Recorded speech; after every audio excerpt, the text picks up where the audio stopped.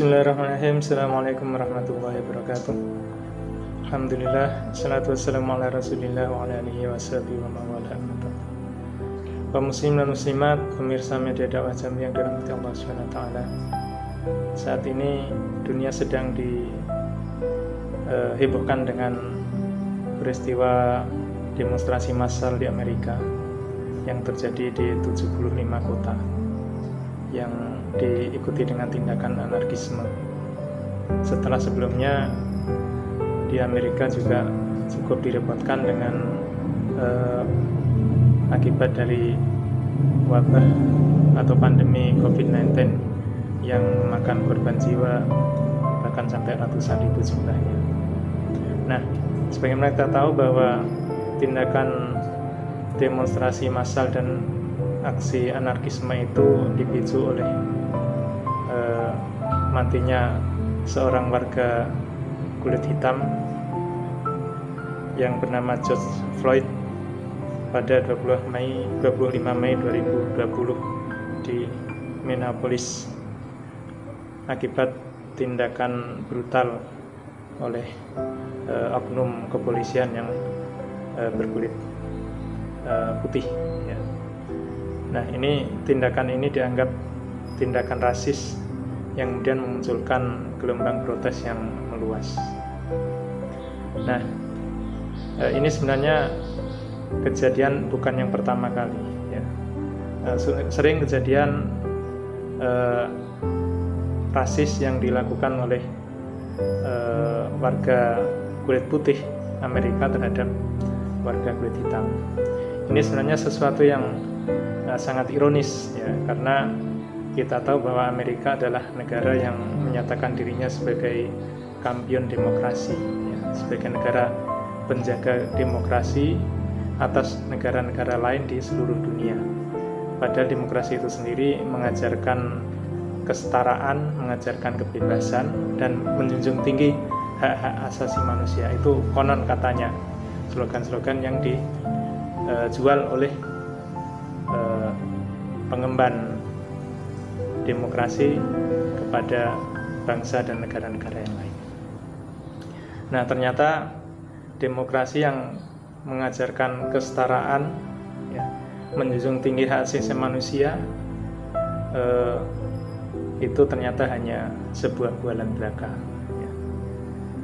Karena tidak juga hanya di Amerika saja. Ya. Peristiwa rasisme atau diskriminasi atas dasar ras itu sebelumnya juga terjadi di negara-negara yang lain ya. Misalnya di Australia itu juga di situ ada warga kelas 2 yang sering mendapatkan tindakan diskriminatif, tidak mendapatkan hak sebagaimana mestinya sebagai warga negara yang menimpa etnis aborigin ya. Nah, kemudian di Cina sendiri juga terjadi tindakan diskriminatif terhadap etnis Xinjiang ya, Muslim Uighur. Kemudian di Myanmar juga terjadi tindakan diskriminatif terhadap Muslim Rohingya. Jadi ini kenapa bisa terjadi ya, karena memang demokrasi sebagai sebuah tatanan kehidupan yang lahir dari ideologi kapitalis berdiri di atas akidah sekularisme. Jadi menolak campur tangan agama di dalam urusan kehidupan dunia dan menjadikan kehidupan dunia ini dibangun atas dasar keinginan manusia atau kesepakatan manusia ya. Jadi demokrasi tegak di atas dasar-dasar kebebasan. Nah, kebebasan inilah yang kemudian akan melahirkan tindakan-tindakan yang didasarkan pada kepentingan hawa nafsu semata ya. Nah, ini jadi kalau mengharapkan lenyapnya tindakan rasis atau tindakan diskriminatif atas dasar ras, atas dasar etnis ya, dari sistem demokrasi itu sepertinya jauh panggang dari api. Nah, lalu bagaimana sebenarnya Islam memandang masalah keanekaragaman ras ini? Pemirsa yang dirahmati Allah SWT, Islamlah satu-satunya ajaran yang memuliakan manusia ya, berdasarkan ketakwaannya. Islam menjadikan keberagaman manusia atas dasar suku, atas dasar ras, atas dasar jenis kelamin, atas dasar status sosial dan lain-lain itu sebagai suatu sunatullah ya. Sesuatu yang realitasnya itu terjadi karena memang semata-mata menunjukkan kemahakuasaan Allah, sebagaimana yang tercantum di dalam surat Ar-Rum ayat 23. A'udzubillahi minasyaitonirrajim. Wa min ayatihi khalqus samawati wal ard wa ikhtilafu alsinatikum wa alwanikum inna fi dzalika laayatil lil alamin. Di antara tanda-tanda kekuasaannya ialah Dia menciptakan langit dan bumi serta ragam bahasa dan warna kulit kalian. Sungguh pada yang demikian benar-benar terdapat tanda-tanda bagi orang-orang yang mengetahui. Surat Ar-Rum ayat 23.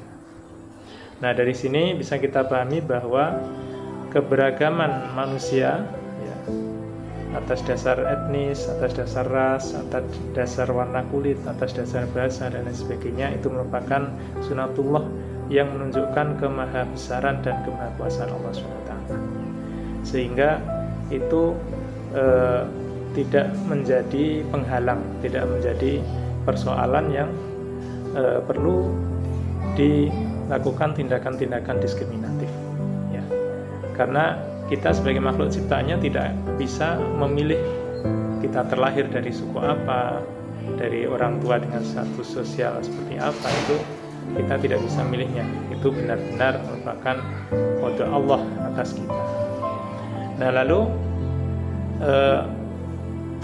kita oleh Allah diperintahkan ya, untuk saling mengenal ya.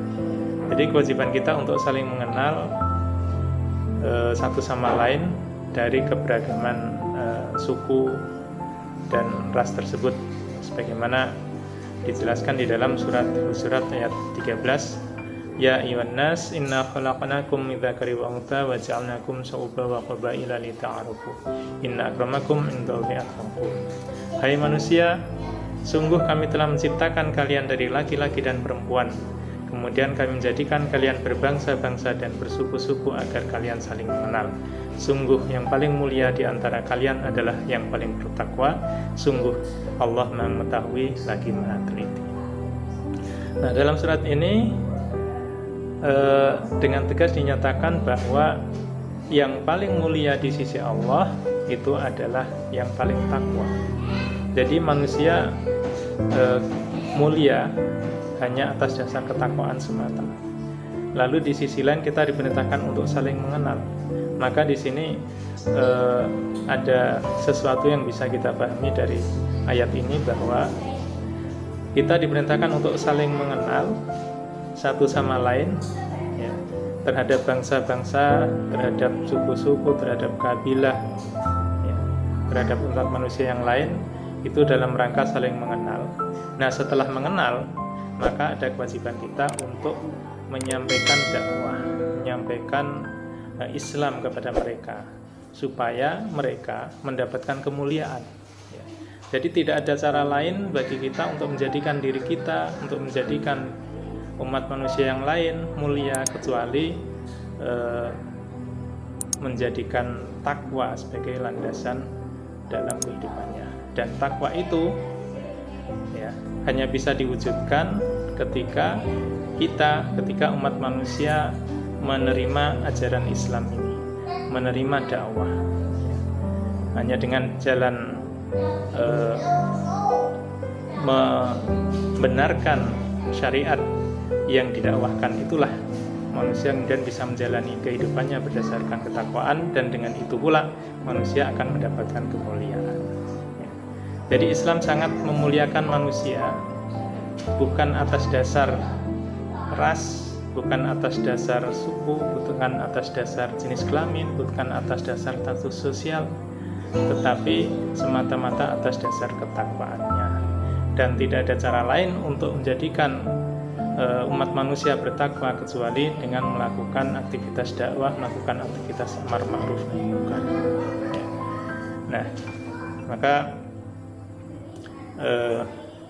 kita hanya bisa mengubah tatanan dunia yang konon katanya modern, konon katanya berkemajuan, tetapi kenyataannya tindakan-tindakan yang tidak berberi kemanusiaan yang dilakukan oleh pihak yang kuat terhadap pihak yang lemah, dilakukan oleh pihak mayoritas terhadap minoritas, itu hanya bisa akan dihilangkan apabila sistem kehidupan di dunia ini diatur dengan aturan syariat Islam.